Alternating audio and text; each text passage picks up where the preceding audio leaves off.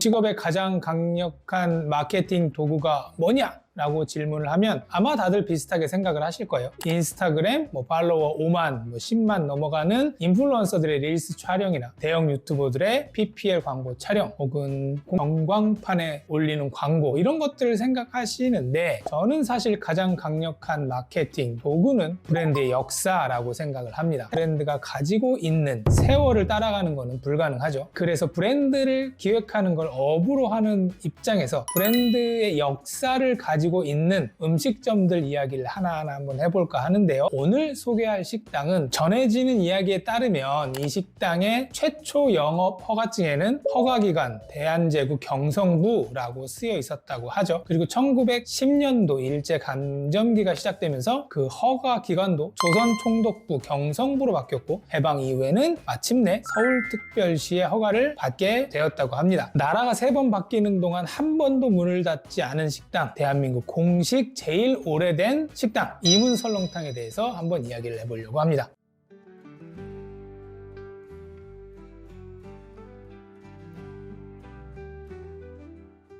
이문설렁탕 얘기를 하기 전에 설렁탕의 유래에 대해서 잠깐 얘기를 해보려고 하는데 몇 가지 설이 있어요. 근데 그 중에 가장 유력한 설이 바로 조선시대 선농제에서 왔다는 설입니다. 조선의 임금이 매년 봄 동대문 밖에 지금의 제기동 근처죠. 그쪽에서 선농단이라는 곳에서 직접 소를 끌고 밭을 갈고 풍년을 기원하는 의식을 치렀다고 해요. 그리고 그 의식이 끝나면 그 소를 바로 잡아서 큰 가마솥에 끓입니다. 그리고 수백 명의 백성들과 함께 왕이 국밥을 나눠 먹었다. 선농단에서 끓여 먹은 탕, 선농탕에서 설렁탕이 되었다는 이야기가 정설입니다. 그 외에도 몽골에서 전쟁 중에 바쁘니까 고기 넣어 끓인 물을 나눠 먹었다라는 설도 있긴 한데 어찌됐건 설렁탕의 본질은 시작부터 여럿이서 나눠 먹는 음식이었습니다. 왕이 백성에게 나눠준 탕, 몽골에서 전쟁 중에 나눠 먹던 탕. 이 이문 설렁탕은 122년 동안 나누어 먹는 음식, 설렁탕이라는 철학을 변함없이 항상 유지해 왔던 거죠. 우리가 늘상 얘기하는 브랜드 스토리, 브랜드 철학 이런 게 막 거창할 필요는 없습니다. 내가 판매하는 음식의 본질은 뭐고 나는 그걸 따라하고 있는가 막 대놓고 무슨 얘기를 하지 않더라도 알고 보니 이 음식이 이런 역사가 있구나 라는 스토리가 있는 것, 그게 바로 브랜드의 철학입니다. 자, 이제 본론으로 들어가서 이문설렁탕 얘기를 할 건데 1904년 고종 황제가 즉위한 지 41년째 그리고 러일 전쟁이 막 터졌을 때 대한제국이 일본의 식민지가 되기 6년 전 종로 피맛골 이문고개 근처에서 홍씨로 알려진 사람이 처음에 작은 설렁탕집을 열었다고 해요. 가게 이름은 이문식당. 여기서 말하는 이 이문이라는 게 어떤 뜻이냐면 조선시대 골목 입구에는 이문이라는 작은 초소가 하나 있었다고 해요. 야간 통행을 단속하고 사람들이 드나드는 길목에 있는 작은 초소, 이걸 이문이라고 하는데 이 이문에서 가게를 열었다. 이문식당, 광화문 설렁탕, 서대문 국밥 이런 개념이죠. 종로의 피맛골은 이제 조선 팔도에서 양반들도 오고 행상들도 오고 보부상들이 막 지나다니던 길이었다고 해요. 위쪽 대로변에서는 이제 양반들이 지나다니는 길이 있는데 예전에 양반들이 지나다니면 다 엎드려서 절하고 이제 이런 것들이 비일비재하다 보니까 종로 대로변 옆에 서민들로 주로 다니던 길, 이게 바로 피맛골이라고 합니다. 피맛골의 피는 이 피하다라는 뜻이라고 해요. 양반들을 피해서 옆 골목에 서민들이 그리고 상인들이 주로 다니던 길, 그리고 그곳에 위치한 이문에 오픈한 설렁탕집 이문식당, 이것이 바로 이문설렁탕의 시작이에요. 그리고 이 식당은 이제 근대적 행정 절차를 걸쳐서 서울시 음식점 공식 허가 1호를 받게 됩니다. 지금 우리가 가지고 있는 영업신고증, 영업허가증의 시스템 첫 번째가 바로 이 이문설렁탕입니다. 요즘은 장사를 시작할 때 브랜드를 만들 때 멋있는 공간, 화려한 메뉴, 성수동 핫플 이런 것들을 원하지만 이렇게 오래된 브랜드, 이렇게 스토리가 있는 브랜드들은 거창하게 시작하지 않습니다. 이문식당의 홍씨는 몰랐겠지만 그때 그 이문 골목에서 시작한 작은 브랜드가 122년 브랜드의 시작이었던 거죠.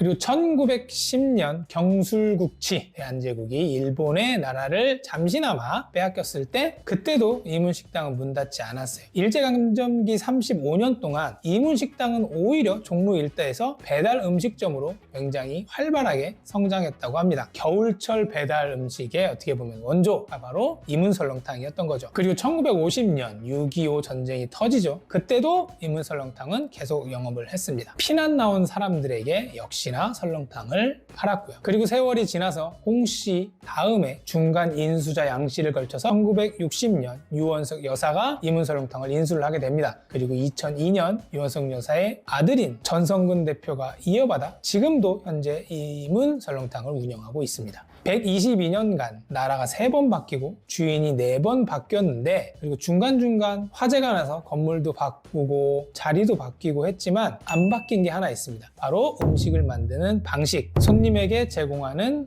방식, 레시피, 그리고 나눠 먹는 음식 설렁탕이라는 철학은 바뀌지 않았습니다. 우리가 브랜딩이라는 얘기를 많이 하는데, 브랜딩이라는 건 건물도 아니고 주인도 아니고 간판도 아니고 이 브랜드가 하고자 하는 철학, 그리고 이 브랜드가 지키려고 하는 것, 그것을 유지하는 게 브랜딩이라고 생각을 합니다. 역사가 있는 음식점들이 역사를 꾸준히 이어가는 것도 중요하지만 이 역사가 더 펼쳐지기 위해선 왜 더 유명해질 수밖에 없는지에 대한 요소들이 중간중간 들어가긴 해요. 그래서 이문설렁탕의 단골 이야기를 좀 해보려고 합니다. 한 분 한 분 다 역사 속에 있던 전설적인 인물들입니다. 첫 번째 단골은 김두한입니다. 드라마 야인시대 다 보셨잖아요. 종로를 주름 잡던 그 김두한이 어린 시절 이문설렁탕에서 이 일을 했습니다. 설거지도 했겠고 국도 나르고 청소도 했겠죠. 그리고 그 종로의 주목대장이 되고 나중에 국회의원이 됐을 때도 이문설렁탕에 꾸준히 단골로 왔다고 합니다. 두 번째 단골은 바로 손기정 선수죠. 1936년 베를린 올림픽 금메달리스트, 그가 이 식당의 골수 단골이었다고 해요.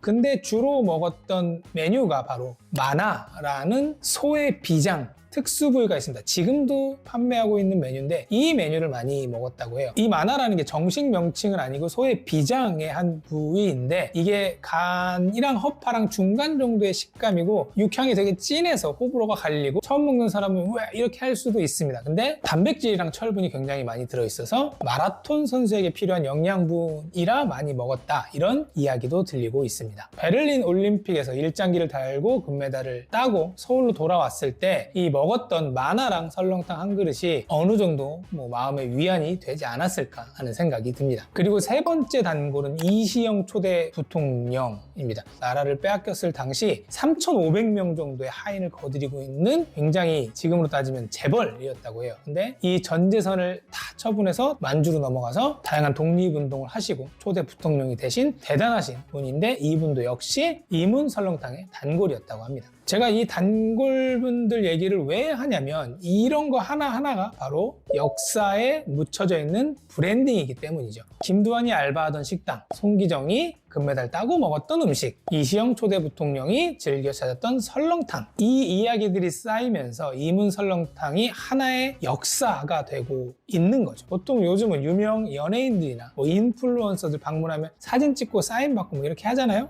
이문설렁탕은 그런 게 없던 시절에부터 이미 역사적인 인물들과 함께 세월을 쌓아왔던 거죠. 자, 역사 얘기는 이제 이쯤 하고 이제 진짜 국밥 얘기를 해볼 건데, 이문설렁탕은 새벽부터 준비를 시작한다고 합니다. 대형 무쇠 가마솥에 사골, 소머리, 소가죽, 내장, 뼈다귀를 넣고 17시간을 끓인다고 해요. 그리고 이 17시간 동안 계속 기름기를 걷어내고 인공 조미료는 일절 넣지 않습니다. 그래서 이문설렁탕에 처음 가시는 분들이 익숙한 맛을 기대하면 이게 뭐야? 라고 하시는 분들도 종종 계세요. 저도 처음에 가서 먹었을 때 좀 그랬고요. 근데 이 싱거움이 이 집이 오래된 역사를 가지고 있으니 원조격이 되는 겁니다. 손님이 직접 원하는 만큼 소금을 넣고 원하는 만큼 파를 넣고 원하는 만큼 김치와 깍두기를 스스로 덜어서 잘라서 먹는 것, 지금은 되게 흔해졌지만 여기서 시작됐구나 라는 걸 사람들이 느낄 수가 있게 되는 거예요. 2011년 재개발로 인해서 이문설렁탕은 피막골에서 근처로 옮기게 됐고 화재가 나서 한 번 더 이전을 하게 됐습니다. 이전하긴 했지만 식당 벽에는 신문기사들이 액자들에 걸려 있고요. 입구엔 서울 미래유산 인증패, 100년 가게 확인서, 그리고 미슐랭 가이드에 선정된 표기들도 붙어 있습니다. 있습니다. 1904년 대한제국 시대에 탄생했던 식당이 2026년 세계 최고 미식 기준서에 이름을 올리게 된 거죠. 이게 브랜딩의 완성입니다. 아니죠. 이문설렁탕은 완성이 아니고 앞으로도 더 이어서 나가겠죠. 역사가 권위가 되고 권위가 브랜딩이 되는 겁니다. 이 영상을 보고 계시는 분들한테 드리고 싶은 말씀이 있는데, 사람들은 늘 새로운 걸 찾습니다. 더 트렌디한 메뉴, 화려한 인테리어, 그리고 더 많은 SNS 팔로워, 이런 것들을 찾는데 이문설렁탕은 122년 동안 바뀌지 않았습니다. 국물 레시피도, 소금으로 간을 하는 방식도, 17시간 끓이는 방식도 바뀌지 않았습니다. 저도 브랜드를 만드는 입장에서 무언가 새로운 것을 도입하고 남들이 안 하는 것들을 하려고 하지만, 브랜딩의 본질은 무엇을 더하는 것이 아닐 수도 있다는 생각을 합니다. 무엇을 버리고 무엇을 버티느냐일 수도 있습니다. 나라가 빼앗기기도 했었고, 전쟁이 나기도 했었고, 재개발 때문에 쫓겨나기도 했고, 화재가 나기도 했습니다. 이 집에서 밥을 먹으면 나 역시 역사의 일부가 되는 겁니다. 김두한이 먹었던 국밥을 먹는 거고, 송기정이 먹었던 설렁탕을 먹는 거고, 이시영 부통령이 먹었던 수육을 먹게 되는 겁니다. 오늘은 대한민국 공식 1호 음식점 이문설렁탕을 브랜딩의 관점에서 한번 살펴보긴 했습니다. 다음 편에서는 또 다른 노포의 이야기로 찾아뵙도록 하겠습니다. 구독과 좋아요도 살포시 눌러주세요. 감사합니다.